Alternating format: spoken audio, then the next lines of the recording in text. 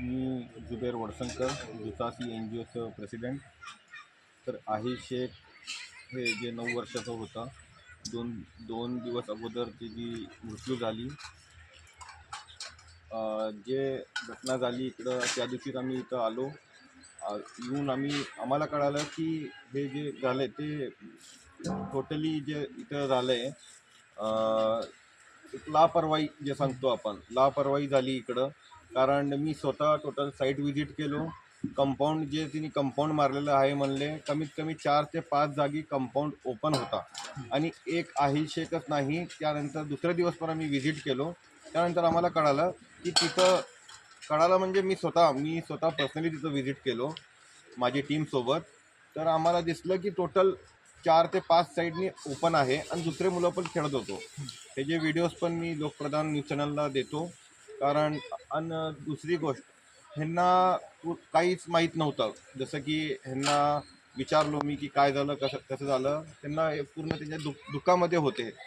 जेव्हा आम्ही आलो त्यांना सांगितलं की काय झालं नेमकं विचारलं, तर तिने सांगितले असं झालं. मग आम्ही दुचासी NGO तर्फे टोटल व्हॉलेंटियर ह्याची इन्व्हेस्टिगेशन चालू केली.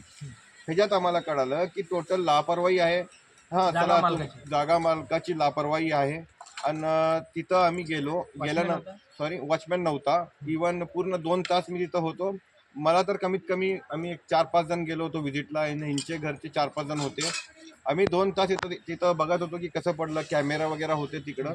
आम्हाला विचारायला आले नाही कोण की तुम्ही कोण आहे काय. तसं वॉचमॅन पण नव्हता तिकडं. त्यानंतर आज देखील आज तारीख जी आहे बघा, आणि आज आम्ही गेलो तर तिकडं विदिन हाफ एन आवरमध्ये काम चालू झालं. जसं की तिने टोटल खड्डा बुजवायचा, जसं त्यांनी मयत झाली, मुलगा पडून मरला, तिथं डायरेक्टली काम चालू आहे. टोटल खड्डे मुचवा लागले तिकडं आणि JCBनी. आणि तिथं मी एका माणसाला विचारलो की कमीत कमी महिनाभरात तिथं काय काम चालू नव्हता. मग मला कळालं की हे लोक असे आहेत की डायरेक्टली मुलाचं न बघता, मुलाला काय झालं त्याचं घर न व्हिजिट करता, त्यांना एवढी पण माणुसकी नाही आहे. डायरेक्टली त्यांनी पहिला त्यांचं म्हणजे सेफर साईड घ्यायला लागलेत, पुरावे नष्ट करायला लागलेत.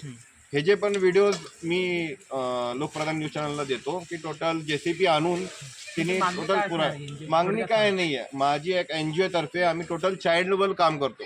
आम्ही कुठलंही फक्त ओनली चाइल्ड अँड चिल्ड्रन्ससाठी काम करतो, अवेअरनेसचं काम करतो आणि गुड टच बॅड टचचं काम करतो. आमची मागणी एकच आहे की ह्यांना न्याय मिळाला पाहिजे. ह्यांचा एक कायदेशीर कारवाई व्हायला पाहिजे. काय त्यांच्या न्यायानुसार ह्यांचे जे पण ह्यांनी दोषी असतील तर त्यांच्यावर कारवाई व्हायला पाहिजे. पोलिसांची भूमिका काय? पोलीस आज पण व्हिजिट झाली पोलीस स्टेशनला. पोलीस म्हणले की जे अधिकारी तपास करते ते आउट ऑफ स्टेशन आहे, आम्ही तुमची कंप्लेंट घेऊया, असं PI साहेबांचं म्हणणं होतं.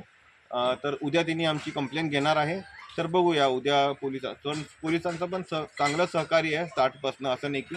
पण आमची विनंती आहे की पोलीस कुठलंही, आता ह्यांच्याकडनं ऐकलो मी की कुठले तर मोठे लोक आहेत वगैरे, पोलिसांना मी विनंती करतो की कुठलाही दबाव न घेता एक कायदेशीर कारवाई करावी, हे माझी नम्र विनंती. आभारी.